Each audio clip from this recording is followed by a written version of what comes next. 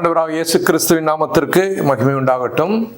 இந்த புனித வெள்ளி ஆராதனைக்கு வந்திருக்கிற தேவ பிள்ளைகள் அனைவரையும் நம்முடைய அருமை ஆண்டவர் இயேசு கிறிஸ்துவின் இனிய நாமத்திலே வாழ்த்தி வரவேற்கிறேன். அன்பானவர்களே, உலகம் முழுவதும் இன்றைக்கு புனித வெள்ளி, பெரிய வெள்ளி, குட் ஃப்ரைடே என்று இந்த நாளை அனுசரித்து கொண்டிருக்கிறார்கள். ஆம், 2000 வருஷங்களுக்கு முன்பதாக இப்படிப்பட்ட ஒரு கொடூரமான வெயில் நேரத்தில் தான் இரட்சகர், உலக இரட்சகர், நம்முடைய ஆண்டவர் இயேசு கிறிஸ்து சிலுவையிலே பரிதாபமாக அறையப்பட்டு தொங்கினார், பாடுபட்டார். ஆகவே இந்த நாளை அனுசரிக்கிற நாளாக புனித வெள்ளி. ஏனென்றால் அந்த கிறிஸ்துவினுடைய பாடு, சிலுவை பாடு, மரணம் ஒரு புனிதத்தை மனுமக்களுக்கு உண்டாக்கினது என்பதை அறிவிக்கிற வகையில் புனித வெள்ளி என்று சொல்லப்படுகிறது. எத்தனையோ வெள்ளிக்கிழமைகள் நாம் பார்க்கிறோம். ஆனால் எல்லா வெள்ளிக்கிழமைகளை பார்க்கலும் இது பெரிய வெள்ளி. என்னென்றால் மனுக்குல சரித்திரத்திலே பெரிய காரியத்தை இந்த வெள்ளி சாதித்து முடித்து இருக்கிறது. ஹல்லேலூயா. அதை குறித்து நாம் இன்றைக்கு தியானிக்கலாம். அருமையானவர்களே, நம்முடைய ஆண்டவராக இயேசு கிறிஸ்து சிலுவையில் அறியப்பட்ட அந்த காரியத்தை குறித்து இந்த நாளிலே வேத வசனங்கள் அடிப்படையில் நாம் தியானிக்க போகிறோம். பாருங்க, நான் வாசிக்கிறதற்கு ஆதாரமாக நான் எடுத்துக்கொண்ட ஒரு வசனம் லூக்கா சுவிசேஷத்தில் 23வது அதிகாரத்தில் 33வது வசனம். இவ்விதமாக நாம் வாசிக்கிறோம். கபாலஸ்தலம் என்று சொல்லப்பட்ட இடத்திலே அவர்கள் வந்து சேர்ந்த பொழுது அங்கே அவரையும் அவருடைய வலது பக்கத்தில் ஒரு குற்றவாளியையும் அவருடைய இடது பக்கத்தில் ஒரு குற்றவாளியையும் சிலுவையில் அறைந்தார்கள். ஹல்லேலூயா. இரட்சகர், உன்னதர், மகா பரிசுத்தர் இவரை இரண்டு பக்கமும் குற்றவாளிகளை வைத்து அந்த குற்றவாளிகளுக்கு நடுவிலே ஒரு குற்றவாளியாக அவரை சிலுவையிலே அறைந்தார்கள். கபாலஸ்தலம் என்று சொல்லப்படுகிற மண்டையோடு மாதிரி இருக்கும் அந்த மலை. அந்த மலை மேலே சிலுவையை நாட்டி அங்கே இவரை சிலுவையில் அறைந்தார்கள் என்று சரித்திரம் சொல்கிறது. அது நம்முடைய பரிசுத்த வேதாகம் என்கிற பைபிளிலே அது பதிவிடப்பட்டு இருக்கிறது. ஹல்லேலூயா. இதை குறித்து நாம் தியானிக்கலாம். அன்பானவர்களே, ஆண்டவராக இயேசு கிறிஸ்து 2000 வருஷங்களுக்கு முன்பதாக இந்த உலகத்திலே மனிதனாக, குழந்தையாக பிறந்து வளர்ந்து 33.5 வருஷம் இந்த உலகத்திலே அவர் வாழ்ந்து கடைசியிலே சிலுவையில் அறையப்பட்டார். இந்த 33.5 வருஷமும் அல்லது அவர் 30 வயதை கடந்த அந்த அவருடைய அந்த வாலிப பிராயத்திலே அந்த 33.5 வருஷத்துல மக்களுக்கு நன்மையே செய்தவராக, மக்களுக்கு அநேக நல் உபதேசங்களை கொடுத்தவராக, அவர் ஒரு பெரிய மகானாக, தீர்க்கதரிசியாக, தேவகுமாரன் இந்த உலகத்தில் எல்லாருக்கும் நன்மை செய்தவராகவே அவர் சுற்றி திரிந்தார். யாருக்குமே தீங்கு இழைக்கவில்லை. ஒரு நபருக்கு கூட தீங்கு இழைக்கவில்லை. ஒரு நபராவது அவருக்கு விரோதமாக சாட்சி சொல்ல முடியாது. எனக்கு தீங்கு இழைத்தார், என்னை ஏமாற்றினார் என்று ஒரு மனுஷன் கூட சொல்ல முடியாது. அப்படி அவர் நன்மையே செய்து வந்து நல்ல உபதேசங்களையே கொடுத்து வந்த அந்த மகாபெரிய மனுஷன், தேவகுமாரனாக வந்த மனுஷகுமாரனை ஏன் அவருடைய சொந்த ஜனங்களாகிய யூதர்களே சிலுவையில் அறைந்தார்கள்? காரணம் என்ன? வேதம் நமக்கு சொல்லுகிறது. வேத புத்தகத்தில், பரிசுத்த பைபிளில் ரோமர் என்ற எபிரேயருக்கு எழுதின நிருபத்தில் 9வது அதிகாரத்தில் ஒரு வசனம் தெளிவாக ஏன் அவர் சிலுவையிலே அறையப்பட்டார் என்று சொல்லப்படுகிறது. வெள்ளாட்டுக்கடா, இளங்காலை இவைகளுடைய இரத்தத்தினாலே அல்ல, தம்முடைய சொந்த இரத்தத்தினாலும் ஒரே தரம் மகா பரிசுத்த ஸ்தலத்திலே பிரவேசித்து நித்திய மீட்பை உண்டு பண்ணினார். ஹல்லேலூயா. பாருங்க, பழைய ஏற்பாட்டில் மாத்திரமல்ல, உலகத்தின் பல பாகங்களிலும் இளங்காலை, வெள்ளாட்டுக்கடா, ஆடு, மாடு இவற்றை பலி செலுத்தி பாவ நிவாரணம் தேடிக்கொண்டார்கள். பலி செலுத்தி மனிதன் தான் செய்த பாவத்திற்கு அங்க பாவ நிவாரணமாக அந்த பலியை செலுத்தி வந்தான். பழைய ஏற்பாட்டில் கூட பலி செலுத்தி வந்தார்கள். ஆனால் மனுஷனுடைய பாவம் முற்றிலுமாக நிரந்தரமாக இந்த மிருகங்களை பலியிடுவதனாலே போகாது. அது ஒரு அடையாளமாகத்தான் அங்கே இருக்கிறது. ஆகவே மனிதனுடைய பாவங்களை நிரந்தரமாக போக்கும்படியாக தேவாதி தேவனே மனிதனாக நம்மை போல அவதரித்து, நம்மை போல மனித சாயல் எடுத்து, தம்மையே பலியாக எல்லா மனுமக்களுடைய பாவங்களுக்கு பரிகாரமாக பலியாக தன்னையே ஒப்பு கொடுத்தார். அவர் ஒரே தரம் பலியிடப்பட்டதினாலே மனுமக்களுடைய எல்லாருடைய பாவங்களும் மன்னிக்கப்படுகிறது, தொலைக்கப்படுகிறது என்று வேதத்தினுடைய இந்த வார்த்தை நமக்கு சொல்லுகிறது. ஆகவேதான் பிரியமானவர்களே, ஆண்டவராக இயேசு கிறிஸ்து இதற்காகவே உலகத்திலே பிறந்தார். மனுக்குல பாவத்தை தீர்க்க தாமே பலியாகும்படியாக அவரே இந்த உலகத்திலே பிறந்தார். இல்லை என்றால் மனிதர்கள் அந்த தேவகுமாரனை பிடித்து சிலுவையில் அறைந்திருக்க முடியாது. அநேகர் இன்றைக்கும் சொல்லுகிறார்கள், அவர் தேவகுமாரனாச்சே, அவரை எப்படி சிலுவையில் அறைய முடியும், அவரை யாரும் சிலுவையில் அறையவில்லை என்று கூட சொல்லுகிறார்கள்.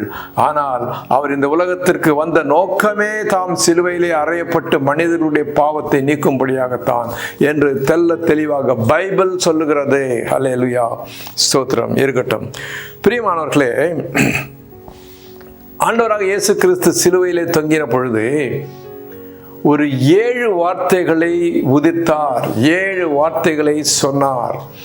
இந்த 7 வார்த்தைகளும் அவருடைய கடைசி வார்த்தைகளாக இருந்தபடினாலே இதை அவருடைய மரண வாக்குமூலம் என்பதற்கு இணையாக அவ்வளவு முக்கியத்துவம் கொடுக்கப்படுகிறது அவருடைய 7 வார்த்தைகளும். அன்பானவர்களே, நம்முடைய ஆண்டவராக இயேசு கிறிஸ்து இந்த உலகத்திலே ஊழியம் செய்து கொண்டிருந்த பொழுது பல உபதேசங்களை கொடுத்தார். அந்த உபதேசங்களில் எல்லாம் தலையான உபதேசம் அவருடைய மலைப்பிரசங்கத்திலே அவர் உபதேசித்தது தான். உலகத்தில் எத்தனையோ மகான்கள் உபதேசம் செய்தார்கள். எல்லா உபதேசங்களை காட்டிலும் தலையாயது, தலை சிறந்தது, நிகரற்றது இயேசு கிறிஸ்து மலை பிரசங்கத்திலே செய்த உபதேசங்கள் மத்தேயு 5வது அதிகாரத்திலே சொல்லப்பட்டிருக்கிறது. அருமையான உபதேசங்கள். ஒரு மனுஷன் நீதியாக இந்த உலகத்திலே வாழ, தேவனுக்கு பிரியமான நீதியாக வாழ எப்படிலாம் வாழ வேண்டும், என்னென்ன செய்ய வேண்டும் என்ற காரியங்களை மத்தேயு 5வது அதிகாரத்தில் மலை பிரசங்கத்திலே ஆண்டவர் உபதேசித்தார். இன்றைக்கு பிரியமானவர்களே, சிலுவை மரத்தில் தாங்குனாத அந்த மரண வேதனையை, சரீர வேதனையை சகித்து கொண்டிருக்கிற வேலையில், அனுபவித்து கொண்டிருக்கிற வேலையிலும் கூட கடைசியாக ஒரு 7 உபதேசங்களை கொடுத்து தம்முடைய உபதேசத்தை நிறைவாக்குகிறார் இயேசு கிறிஸ்து. ஹல்லேலூயா. அவருடைய 7 வார்த்தைகளும் நமக்கு உபதேசங்கள். நம்முடைய நீதியான வாழ்க்கைக்கு ஒரு தேவ பிள்ளை, ஒரு கிறிஸ்தவ விசுவாசி நீதியாக வாழவது, கர்த்தருக்கு பிரியமாக வாழ வேண்டும் என்றால், நீதியாக வாழ வேண்டும் என்றால், பரலோக பாக்கியத்தை பெறுவதற்கு இந்த உலகத்திலே எப்படி வாழ வேண்டும் என்கிற உபதேசத்தை ஆண்டவர் அந்த 7 வார்த்தைகளாலே சிலுவையிலே இருந்து சொன்னார் என்று சொன்னால் அது மிகைப்பட்டது ஆகாது. ஆகவே அந்த 7 வார்த்தைகளும் நமக்கு என்ன உபதேசம் கொடுக்கிறது என்பதை சுருக்கமாக இந்த நாளிலே பார்க்க போகிறோம்.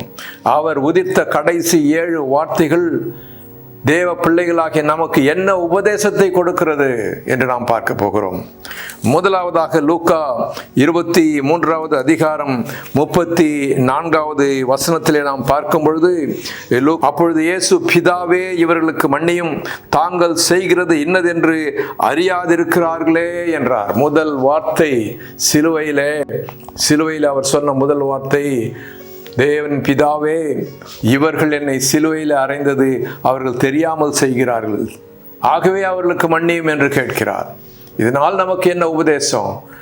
பிரியமானவர்களே, நமக்கு ஆண்டவர் உபதேசிக்கிறார், நீங்கள் உங்களுக்கு விரோதமாக தீங்கு செய்கிறவர்களை நீங்கள் மன்னிக்க வேண்டும். எப்படி மன்னிக்கணும்? தெரியாம செஞ்சுட்டாங்க, அவர்கள் செய்கிறது தீங்கு என்று தெரியாமல் செய்கிறார்கள் என்று நீங்கள் மன்னிப்பது மாத்திரமல்ல, கர்த்தர் அவர்களை மன்னிக்க வேண்டும்படியாக நீங்கள் ஜெபிக்க வேண்டும். கர்த்தர் தேவன் அவர்களை மன்னிக்கும் பொழுது அந்த மன்னிப்பு அவர்களுக்கு உரித்தாக வேண்டும். அவர்களுக்கு அது உரிமையாக வேண்டும் என்றால் அவர்கள் மனம் திரும்ப வேண்டும். தாங்கள் செய்த அந்த தீங்கு நின்று அவர்கள் மனம் திரும்பினால்தான் அந்த மன்னிப்பு, நீங்கள் கொடுக்கிற மன்னிப்பும் சரி, இறைவன் கொடுக்கிற மன்னிப்பும் சரி, அந்த மன்னிப்பு அவர்களை போய் சேர வேண்டும் என்று சொன்னால் அந்த தீங்கு இழைத்த மனுஷன் மனஸ்தாபப்பட்டு மனம் திரும்பி வர வேண்டும். அதற்காகவும் நம்ம ஜெபிக்கணும். உங்களுக்கு ஒருவன் தீங்கு இழைக்கிறான் என்று சொன்னால் அவனுக்கு திரும்ப பழி வாங்குகிற நோக்கம் உங்களுக்கு இருக்கக்கூடாது.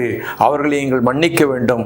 நீங்கள் மன்னிப்பது மாத்திரமல்ல, இறைவன் அவர்களை மன்னிக்கும்படியாக, மாத்திரமல்ல அந்த மன்னிப்பு அவர்களுக்கு போய் சேரும்படியாக அவர் மனம் திரும்பி வர வேண்டும் என்றும் கூட ஜெபிக்கிற அந்த மன பக்குவத்திலே நாம் வர வேண்டும் என்று கர்த்தர் உபதேசித்தார். பிதாவை இவர்களுக்கு மன்னியும், தாங்கள் செய்கிறது என்னதென்று அறியாதிருக்கிறார்களே என்று சொன்ன வார்த்தையின் மூலமாக விசுவாசிகளாகிய நாம், கிறிஸ்தவ பக்தர்களாகிய நாம், நமக்கு தீங்கு இழைத்தவர்களை நாம் மன்னித்து இறைவன் அவர்களை மன்னிக்கும்படியாக செபித்து அவர்கள் மனம் திரும்பி அவர்களை தீமையான வாழ்க்கை விட்டு திரும்பி வர வேண்டும் என்று நாம் ஜெபிக்க வேண்டும்.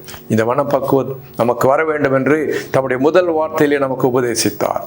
இரண்டாவது வார்த்தை என்ன சொன்னார் பாருங்க. இரண்டாவது வார்த்தை லூக்கா சுவிசேஷத்தில் 23வது அதிகாரத்தினுடைய 43வது வசனத்தை நாம் பார்க்கும் பொழுது பாருங்க, இந்த பக்கம் ஒரு கல்லன், அந்த பக்கம் ஒரு கல்லன், இடது பக்கத்தில் ஒரு கல்லன், வலது பக்கத்தில் ஒரு கல்லன். இடது பக்கத்தில் ஒரு கல்லன் அவரை இன்னும் திட்டுறான். ஆனால் வலது பக்கத்தில் இருக்கிற கல்லனோ மனஸ்தாபப்பட்டு, அப்பா நான் செய்தது தப்பு, ஆகவே எனக்கு மன்னித்து என்னை பரலோகத்தில் ஏற்றுக்கொள்ள மனம் திரும்பி வருகிறான். பாருங்க, அப்படி மனம் திரும்பி வந்த அந்த வலதுபுற கல்லனை நோக்கி இயேசு சொன்னார். இரண்டாவது வார்த்தையாக இயேசு அவனை நோக்கி, இன்றைக்கு நீ என்னுடனே கூட பரதேசில் இருப்பாய் என்று மெய்யாகவே உனக்கு சொல்லுகிறேன் என்றார். ஏனென்றால் இந்த வலதுபுறத்தில் இருக்கிற கல்லன் தன்னுடைய தவறை உணர்ந்து அதற்காக மனஸ்தாபப்பட்டு மனம் திரும்பி, ஆண்டவரே என்னை மன்னியும், நீர் பரலோகத்துக்கு போகிறீர் என்று எனக்கு தெரியும், போகும்பொழுது என்னை எடுத்துக்கொள்ளும் என்று கேட்கிறான். ஆகவே அந்த மனம் திரும்பின பாவியை அப்பொழுதே அவர் மன்னித்து பரலோக பாக்கியத்தை அவனுக்கு கொடுக்கிறார். முதல் வார்த்தையிலே சொன்னார், நாம் நமக்கு தீங்கிழைக்கவர்களுக்கு மன்னிக்கணும், இறைவன் அவர்களுக்கு மன்னிக்க வேண்டும் என்று நான் ஜெபிக்கணும். இறைவன் மன்னிக்க வேண்டும், அந்த மன்னிப்பு அவர்களுக்கு பெற்றுக்கொள்ள வேண்டும் என்றால் அவர் மனம் திரும்பணும், எதற்காகவும் ஜெபிக்கணும்னு சொன்னாரு. இங்கே அதற்கு ஒரு உதாரணமாக ஒரு மகாபெரிய கொடூரமான கிரிமினல் ஒருவன் மனம் திரும்புகிறான், இறைவன் அவருக்கு மன்னித்து அவனுக்கு பரலோக பாக்கியத்தை கொடுக்கிறார். ஒரு நடைமுறை நேரடியான சாட்சியை அங்கே வெளிப்படுத்துகிறார் சிலுவையிலே. ஹல்லேலூயா, ஸ்தோத்திரம்.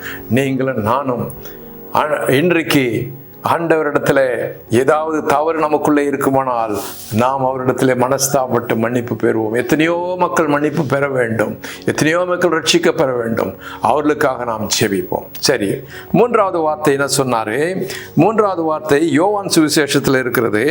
யோவான் சுவிசேஷத்தில் 19வது அதிகாரத்தில் 26, 27 வசனங்களை நாம் பார்க்கும் பொழுது 19வது அதிகாரம் 26, 27 இயேசு கிறிஸ்து அங்கே சிலுவையிலே தொங்கும் பொழுது அவருடைய தாயும் சில சீடர்களும் நிற்கிறார்கள். முக்கியமாக யோவான் என்ற சீஷன், ஆண்டவருக்கு மிக நெருக்கமான சீஷன், மாத்திரமல்ல அவருடைய சகோதரன் கூட, அவர் சித்தியுடைய மகன், சகோதரன் கூட. அந்த சகோதரன் அங்கே நிற்கிறார், தாய் இங்கே நிற்கிறார்கள். இயேசு சிலுவையில இருந்து சாக போகிற நிலைமையிலே தாங்கனா கொடுமையான வேதனைக்கு மத்தியில தன்னுடைய தாயை பார்த்து சொன்னார்.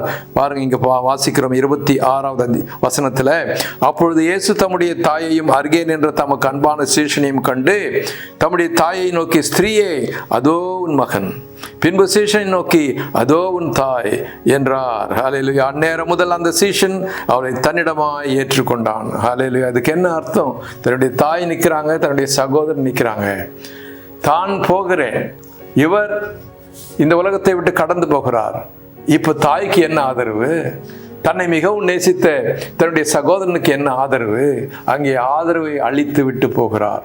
தன்னுடைய தாயை நோக்கி, இனி என்னுடைய இடத்துல இருந்து இந்த என்னுடைய சகோதரன் உன்னுடைய பிள்ளையாக உன்னை பார்த்து கொள்வான். தன்னுடைய சகோதரனை நோக்கி, இனி உனக்கு தாயை போல இவர்கள் இருந்து உன்னை பார்த்துக் கொள்வார்கள் என்று இருவரையும் இணைத்து, தாய் மகனாக இணைத்து, தமக்கு ஒரு சகோதரனுக்கும் தாய்க்கும் தாம் செய்ய வேண்டிய பொறுப்பை ஆற்றி செல்கிறார். இதிலே நமக்கு கிடைக்கிற உபதேசம் என்ன அன்பானவர்களே? நாம் நம்முடைய பெற்றோருக்கும் நம்முடைய பிள்ளைகளுக்கும் நம்முடைய சகோதரர்களுக்கும் எந்த சூழ்நிலையிலும் அவர்களுக்கு ஆற்ற வேண்டிய பொறுப்பை நாம் ஆற்ற வேண்டும். அவர்களை ஆதரிக்கிற பொறுப்பை நாம் எந்த சூழ்நிலையிலும் நாம் செய்ய வேண்டும் என்று கர்த்தர் அங்கே போதிக்கிறார். அநேகர் பெற்றோரை கவனிப்பதில்லை. பெற்றோர், எனக்கே சம்பளம் குறைவு, உன்னை எங்க பார்க்கறது என்று தாயை நோக்கி சொல்லுகிறார்கள், தகப்பனை நோக்கி சொல்லுகிறார்கள். சகோதரனை வெறுக்கிறார்கள். பிரியமானவர்கள், சகோதரனுக்கு செய்ய வேண்டிய காரியத்தை செய்வதில்லை. ஆனால் இயேசு நமக்கு போதிக்கிறார், உன்னுடைய சகோதரனுக்கும் உன்னுடைய பிள்ளைகளுக்கும் உன்னுடைய பெற்றோருக்கும் நீ செய்ய வேண்டிய கடமையை நீ எந்த சூழ்நிலையிலும் நீ செய்ய வேண்டும்.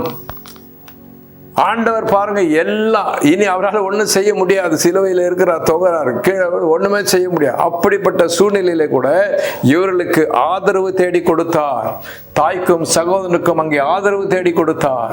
நாமும் நம்முடைய சகோதரர்களுக்கும் நம்முடைய பெற்றோருக்கும் பிள்ளைகளுக்கும் நாம் ஆதரவு தேடி வைத்து தான் போகணும், எந்த சூழ்நிலையிலும் கூட என்பதை நமக்கு கர்த்தர் போதித்தார். ஹல்லேலூயா, ஸ்தோத்திரம். நான்காவதாக நாம் பார்க்கிறோம். மத்தேயு சுவிசேஷத்தில் இந்த வார்த்தை இருக்கிறது. மத்தேயு சுவிசேஷம் 27வது அதிகாரம் 46வது வசனத்தை நாம் வாசிக்கும் பொழுது, மத்தேயு 27:46 ஆண்டவர் அங்கே சிலுவையிலே தொங்கிக் கொண்டிருக்கும் பொழுது ஒரு கதறுதலான வார்த்தை சொல்கிறார். அந்த வார்த்தை என்னவென்றால், 9ஆம் மணி நேரத்திலே இயேசு ஏலி ஏலி லாமா சபக்தானி என்று சத்தமிட்டு கூப்பிட்டார். அதற்கு, என் தேவனே என் தேவனே ஏன் என்னை கைவிட்டீர் என்று அர்த்தமாம். பாருங்க, சிலுவையில் அவர் தொங்கும் பொழுது சர்வலோகத்தின் பாவம் அவர் மேலே வந்து விட்டது. ஆகவே அந்த சர்வலோகத்தின் பாவம் அவரையும் பிதாவையும் பிரிக்கிறது. ஒரு நொடி பொழுதுதான். சங்கீதக்காரன் எழுதுகிறார், உம்முடைய கோபமோ ஒரு நிமிஷம், உம்முடைய தயவோ நீடிய சாந்தம் என்று சங்கீதக்காரன் இதை பதிவிட்டார். ஒரு நிமிஷம். ஹல்லேலூயா. அந்த ஒரு நிமிஷம் கூட பிதாவினுடைய பிரிவை இவரால் தாங்க முடியல. என் தேவனே என்னை ஏன் கைவிட்டீர் என்று அங்கே கதறுகிறார். அருமையானவர்களே, நமக்கு என்ன பாடம் இதை புகட்டுகிறது? நாம் தேவனை, நம்முடைய கர்த்தரை விட்டு எவ்வளவு நாட்கள் நாம் பிரிந்திருந்தாலும் கூட தெரியாமல் இருக்கிறோம். ஏசாயா தீர்க்கதரிசன புஸ்தகத்தில் அவர் ஒரு இடத்துல ஏசாயா தீர்க்கதரிசி சொல்கிறார், உங்களுக்கும் தேவனுக்கும் இடையிலே உங்கள் பாவங்கள் தான் உங்களை பிரிக்கிறது என்று சொன்னார். எத்தனை முறை நாம் பாவத்தில் விழுந்து தேவனோடு இருக்கிற நம்முடைய இணைப்பு துண்டிக்கப்பட்டதை கூட தெரியாமல் இந்த உலக பாவத்தில் நாம் வாழ்ந்து கொண்டிருக்கிறோம். எத்தனை பேர் அப்படி வாழ்ந்து கொண்டிருக்கிறோம்? பிரியமானவர்களே, நம்முடைய இறைவனை விட்டு நம்மை பிரிக்கிற பாவத்தை நாம் அகற்றி ஒரு நிமிஷம் கூட, ஒரு நொடி பொழுது கூட நம்முடைய கர்த்தரை விட்டு நாம் பிரியக்கூடாது என்ற வைராக்கியமாக வாழ வேண்டும். கர்த்தரை விட்டு நான் பிரிய மாட்டேன், அவரோடு நான் சேர்ந்திருப்பேன், ஒரு நிமிஷம் கூட அவரை பிரிந்து நான் இருக்க முடியாது என்கிற அந்த மனப்பக்குவத்திலே விசுவாசிகளாகி நாம் வாழ வேண்டும். ஆகவே மிகவும் மிகவும் கவனமுள்ளவர்களாக நம்முடைய பாவம், நம்முடைய தீய காரியங்கள் நம்முடைய கர்த்தரை விட்டு நம்மை பிரிக்காதபடிக்கு நாம் அதில் மிகவும் கவனமுள்ளவர்களாக, இங்கே ஆண்டவர் கதறுகிறார், என் தேவனே ஏன் என்னை கைவிட்டீர். அப்படியாக பாவம் இடையிலே வந்ததுனாலே பிரிவு உண்டாகிவிட்டது. அப்படிப்பட்ட பாவம் நமக்கும் நம்முடைய கர்த்தருக்கும் இடையிலே வராதபடிக்கு அந்த பிரிவை தாங்கிக் கொள்ளாதவர்களாக நாம் இருக்க வேண்டும். எப்போதும் கர்த்தரோடு நாம் இருக்க வேண்டும். இதுதான் இந்த 4வது வார்த்தை நமக்கு போதிக்கிறது. சரி, 5வது வார்த்தையில் ஆண்டவர் என்ன சொன்னார்? யோவான் சுவிசேஷத்தில் இருக்கிறது. யோவான் சுவிசேஷத்தில் 19வது அதிகாரத்துக்கு நாம் கடந்து போகும்பொழுது, யோவான் சுவிசேஷம் 19வது அதிகாரத்தில் 28வது வசனத்தை நாம் வாசிக்கும் பொழுது, அதன் பின்பு எல்லாம் முடிந்தது என்று இயேசு அறிந்து வேத வாக்கியம் நிறைவேறத்தக்கதாக தாகமாயிருக்கிறேன் என்று சொன்னார். இயேசு தாகமாயிருக்கிறேன் என்று தம்முடைய 5வது வார்த்தையாக சொல்கிறார். அந்த தாகம் அவருடைய 2 விதமான தாகத்தை அங்கே வெளிப்படுத்துது. சரீரத்திலே தாகம். 2-3 நாள் அவரை அலக்கழிக்கிறாங்க. அவரை பிடித்ததிலிருந்து, அவரை சிறைபிடித்ததிலிருந்து, அங்கே பிலாத்து, அண்ணா, காய்பா, இவன் அவன் அங்க இங்க அலை கழித்து அவருக்கு சோறு தண்ணி கொடுக்கல, அடிதான் விழுது. கடைசியிலே சிலுவையிலே போகிற வரைக்கும் அவர் சோறு தண்ணி கிடையாது அவருக்கு. பாருங்க, சிலுவையிலே தம்முடைய சரீர அந்த தாகத்தை, சரீரத்தில் அவரது தாகத்தை அவர் சொல்ல, நான் தாகமா இருக்கிறேன், 3 நாளா தண்ணி குடிக்கல, சோறும் இல்லை என்று சொல்லி தாகமா இருக்கிற இந்த சரீர தன்னுடைய கடின உழைப்பு, தன்னுடைய பாடுகள் இவற்றை வெளிப்படுத்தும்படியாக தாகமாயிருக்கிறேன் என்று சொன்னார். ஆனால் இத்தனை பாடுகளும் எதற்காக? உங்களையும் என்னையும் மீட்கத்தக்கதாக, ஆத்துமாக்களை, இந்த உலகத்தில் இருக்கிற மனுமக்களுடைய ஆத்துமாக்களை ரட்சித்து மீட்கத்தக்கதாக. சோ அந்த ஆத்துமாக்களுக்குரிய தாகத்தை அங்க வெளிப்படும். நான் தாகமா இருக்கிறேன், ஆத்துமாக்களை ரட்சிக்க வந்தேன், ஆத்துமாக்கள் ரட்சிக்கப்பட வேண்டும் என்று வாஞ்சையாக தாகமாக இருக்கிறேன் என்று சொல்லி ஆவிக்குரிய தாகத்தையும் சரீர தாகத்தையும் அங்கே வெளிப்படுத்தினார். அன்பானவர்களே, கிறிஸ்தவ விசுவாசிகளே, தேவ பிள்ளைகளே, இந்த வார்த்தை நமக்கு வெளிப்படுத்துவது என்ன? நீங்கள் தாகப்படுகிறீர்களா? ஆத்துமாக்களுக்காக நீங்கள் தாகப்படுகிறீர்களா? நம்ம கர்த்தர் தாகப்பட்டாரே, அந்த ஊழியத்தை உங்களுக்கு கொடுத்து வைத்திருக்கிறார், உங்களுக்கு எனக்கும் கொடுத்து வைத்து போயிருக்கிறார். ஆத்துமாக்கள் ரட்சிக்கப்பட வேண்டும் என்று நாம் தாகமாயிருக்கிறோமா? நாம் தாகமாயிருக்கிறேன் என்று நீங்கள் சொல்லுகிறீர்களா? ஹல்லேலூயா. நாம் தாகப்பட வேண்டும். அதே நேரத்தில் இதற்காக நாம் கடின உழைப்பும் வேணும். ஊழியத்திலே கடின உழைப்பும் வேணும். கடின உழைப்பு இல்லாமல் ஒன்றும் வராது. ஊழியத்திலே கடின உழைப்பு, எப்படி இயேசு கடினமாக உழைத்து சிலுவையிலே சென்று தண்ணி கூட இல்லாதபடிக்கு தாகமாக இருக்கிறேன் என்று கதறுகிற அளவுக்கு அவ்வளவு கடின உழைப்பு. ஹல்லேலூயா. பிரியமானவர்களே, அவரோடு நாமும் கடின உழைப்பு, நமக்கு அந்த தாகம் வரணும். அந்த பாடுகள் அவரோடே சேர்ந்து நாமும் பாடுகளை அனுபவித்தால் அவரோடு நாம் மகிமையிலே சேர்க்கப்படுவோம். பாருங்க, ரோமர்ல ஒரு அருமையான ஒரு வார்த்தை ஒன்று உண்டு. ரோமர் 8வது அதிகாரத்துக்கு நாம் போகும் பொழுது, இது ரோமர் 8:17, நாம் பிள்ளைகளானால் சுதந்திரமாமே, தேவனுடைய சுதந்திரனும் கிறிஸ்துவுக்கு உடன் சுதந்திரமாமே, கிறிஸ்துவுக்குடனே நாம் மகிமைப்படும்படிக்கு அவருடனே கூட பாடுபட்டால் அப்படி ஆகும். அவர் பாடுபட்டு தாகப்பட்டார் அல்லவா? நீங்களும் பாடுபட்டு நீங்கள் தாகப்படுவீர்களானால் கிறிஸ்துவோடு மகிமையிலே நீங்கள் சேர்க்கப்படுவீர்கள். அவரோடு நாம் உடன் சுதந்திரர், தேவ குமாரனாக இயேசு கிறிஸ்துவோடு நாம் தேவ புத்திரர்களாக உடன் சுதந்திரர்களாக இருக்கிறோம். உடன் சுதந்திரர்களாக இருக்கிறோம் என்று சொன்னால், அவர் எப்படி தாகப்படுகிற அளவுக்கு அவர் பாடுபட்டாரோ அப்படி நீங்களும் நானும் பாடுபட வேண்டும் என்று இந்த வார்த்தை நமக்கு போதிக்கிறது. கர்த்தர் தாகமாய் இருக்கிறேன் என்று சொன்ன அந்த 5வது வார்த்தை நமக்கு போதிப்பது என்னவென்றால், அவர் பாடுபட்டது போல நாமும் பாடுபட வேண்டும். ஆத்துமாக்களை ரட்சிக்கப்படும்படியாக கடின உழைப்பிலே நாம் அவரோடு பாடுபடும் பொழுது அவருடைய மகிமையிலே நமக்கு பங்கு கிடைக்கும். ஹல்லேலூயா, ஸ்தோத்திரம். அடுத்தபடியாக 6வது வார்த்தையாக அவர் என்ன சொன்னார்? அந்த 6வது வார்த்தை நமக்கு என்ன போதிக்கிறது என்று நாம் பார்க்கும் பொழுது, யோவான் சுவிசேஷம் 19வது அதிகாரத்தில் 30வது வசனத்தில் நாம் வாசிக்கலாம். இயேசு காடியை வாங்கின பின்பு முடிந்தது என்று சொல்லி தலையை சாய்த்து ஆவியை ஒப்பு கொடுத்தார். முடிந்ததுன்னு சொன்னார். அவர் 3.5 வருஷம் ஊழியம் செய்து அதற்கு பிறகு சிலுவையில் அறையப்பட்டு சிலுவையிலே தொங்கி இந்த 5 வார்த்தைகளையும் சொல்லி 6வதாக முடிந்தது. ஐ ஹேவ் finished, நான் முடித்து விட்டேன். நான் எந்த காரியத்திற்காக வந்தேனோ, எந்த ரட்சண்ய பணியை செய்ய வந்தேனோ அந்த பணியை நான் செய்து முடித்தேன். இந்த உலகத்திலே நான் வந்த நோக்கத்தை செய்து முடித்தேன் என்று சொல்லி முடிந்தது என்று அங்கே வெற்றி முழக்கமிட்டார். எனக்கு அன்பான சகோதர சகோதரியே, நீயும் நானும் அப்படித்தான் சொல்லணும், முடிந்தது. கர்த்தர் என்னை எதற்காக இந்த உலகத்திலே கொண்டு வந்தாரோ, எதற்காக என்னை விசுவாசியாக அழைத்தாரோ, எதற்காக அவருடைய ஊழியத்தில் என்னை அழைத்தாரோ அந்த காரியங்களை நான் செய்து முடித்தேன் என்று சொல்லக்கூடிய அளவுக்கு நாம் அந்த விசுவாச ஓட்டத்திலே ஓட வேண்டும். பவுல் சொன்னாரு, பவுல் அந்த விசுவாச ஓட்டத்தில் ஓடி அப்படியே தானே சொன்னார்.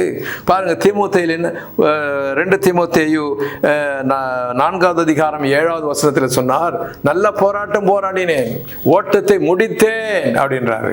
ஜெயமாக ஓட்டத்தை முடித்தேன் என்று பவுல் அங்கே சொல்கிறார். நீங்கள் சொல்ல முடியுமா? அப்படிப்பட்ட ஓட்டத்தை ஓடுகிறீர்களா? ஜெயமாக உங்கள் ஓட்டத்தை முடிக்கத்தக்கதாக நீங்கள் ஓடுகிறீர்களா? இல்லை விழுந்து விழுந்து எழுந்துகிறீங்களா? இல்லை பின்வாங்கி போயிட்டீங்களா? இல்லை, முன்னேறி செல்லுங்க, விசுவாச ஓட்டத்திலே ஓடுங்க. சீக்கிரமாக நம்முடைய ஓட்டத்தை நாம் முடிக்க, ஜெயமாக முடிக்கத்தக்க விதத்திலே நாம் ஓட வேண்டும். ஹல்லேலூயா. இதுதான் முடிந்தது என்று அவர் சொன்னார் என்றால், நாமும் நம்முடைய விசுவாச வாழ்க்கையில ஓடி முடிக்க வேண்டும். முடிந்தது என்று சொல்ல வேண்டும். அந்த நிலைமைக்கு நாம் ஓட வேண்டும். கர்த்தருக்கு ஸ்தோத்திரம். கடைசியாக 7வது வார்த்தையாக அவர் சொன்னது நமக்கு என்ன போதிக்கிறது பாருங்க. அற்புதமான ஒரு வார்த்தை. 7வது வார்த்தையாக மறுபடியும் நாம் பார்க்கலாம். லூக்கா சுவிசேஷம் 23வது அதிகாரத்தில், லூக்கா 23ல 46வது வசனம் என்ன சொன்னாருங்க? இயேசு கடைசியாக, இயேசு, பிதாவே உம்முடைய கைகளில் என் ஆவியை ஒப்புவிக்கிறேன் என்று மகா சத்தமாய் கூப்பிட்டு சொன்னார். இப்படி சொல்லி அவர் ஜீவனை விட்டார். என் அன்பான சகோதரனே, சகோதரியே, நீங்களும் நானும் ஒரு நாள் இந்த சரீரத்திலே மரணத்தை சந்திக்க வேண்டி இருக்கும். இந்த சரீரத்தை விட்டு நம்முடைய ஜீவன் வெளியே போக வேண்டிய ஒரு நாள் எல்லாருக்கும் வரும். விரும்பினாலும் விரும்பலனாலும், 6லும் சாவு, 100லும் சாவு. ஒரு நாள் இந்த சரீரத்தை, மாம்ச சரீரத்தை விட்டு நம்முடைய ஜீவன் வெளியே போக வேண்டும். அந்த ஜீவன் எங்கே போகும்? எங்கே போகும்? இங்கே இயேசு தைரியமாக தன்னுடைய ஜீவன் தன்னுடைய பிதாவின் இடத்திலே, பரலோகத்திலே போகிறது என்று தைரியமாக சொன்னார். அந்த தைரியமாக உன்னால் சொல்ல முடியுமா? உன்னுடைய ஜீவன் உன்னை விட்டு பிரியும் பொழுது, என்னுடைய ஜீவன் பரலோகத்துக்கு, பிதாவுக்கு, கர்த்தரிடத்திலே, இயேசுவினிடத்திலே போகிறது என்று உன்னால் சொல்ல முடியுமா? அப்படிப்பட்ட வாழ்க்கையை நாம் வாழ வேண்டும். என்னுடைய ஜீவன் இன்றைக்கு பிரிந்தாலும் கூட அது இயேசுவின் இடத்துல தான் போகும் என்ற அந்த ஒரு மெய்யான ஒரு நம்பிக்கையோடு நாம் அப்படிப்பட்ட வாழ்க்கையை நாம் வாழ வேண்டும் என்று இந்த கடைசி வார்த்தை நமக்கு போதிக்கிறது. ஹல்லேலூயா, ஸ்தோத்திரம். அருமையாக தன்னுடைய ஊழியத்தை முடித்து, அருமையாக தான் வந்த இரட்சணிய பணியை முடித்து, கடைசியில இந்த மாம்ச சரீரத்தை இந்த உலகத்திற்கு விட்டு ஜீவன் மாத்திரம் மறுபடியும் பரலோகத்துக்கு போகிறது. போகும்பொழுது அங்கே எங்கே போகுது? சேஃபா பிதாவின் இடத்துல தான் போகுது. எங்கிருந்து வந்ததோ அங்கே தான் என்னுடைய ஜீவன் போகிறது என்று வெளிப்படுத்தினார்.